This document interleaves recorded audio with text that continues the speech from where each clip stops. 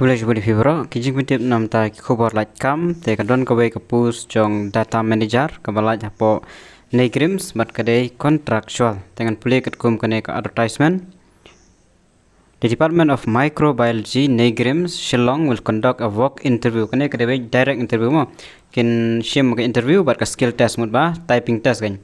On the 3rd August 2023 direct interview ba mo kadai lai tarik jong na August siap lai direct ba in the seminar room, Department of Microbiology, Neigrihms, from 10 a.m. onwards. Hakane ka tarik, lai tarik August, Porshpoje Shijrong, to select qualified person for the following post purely on contractual basis under the project entitled National Program on Antimicrobial Resistant Containment funded by NCDC Government of India with the following detail.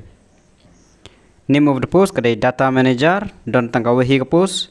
The qualification pitiban long bachelor degree in computer application lane IT lane computer science from a recognized institution university.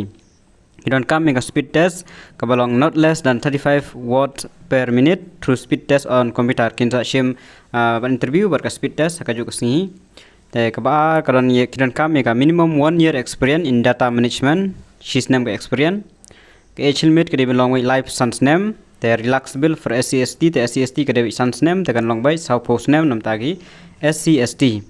Ka emolument kada 20,000 per month. Ka duration of the project kada she's name and purely temporary. However, project may be extended based on performance and contribution of fund. Kanda kada suatang she's name te ka depend pang ka performance bat ka jing yo fund nada kanang yo ka fund mut ba kanang increase biang maybe as name last name kamta pila debens tu hi kadai ka contractual basis te kan mau ka tarik kadai lai tarik August hapan ra egi documents e baro man late kata ka work in interview candidate the position is purely contractual. Okay, select candidate will have to undergo medical examination before joining the post. No TADA, no accommodation. Candidate reaching after specified timing will not be entertained. Lada people is poji hanang umsasho. Maglabu is poji te people is poji tang kaduji kanum sasho. Canvassing don kam interested eligible candidate may attend the work interview along with biodata. Phabrai a biodata ki original document but ki attested copies of all educational qualification. Lada de experience ni ki baro phabra load experience certificate and a relevant testimonial along with 2 recent passport size photograph.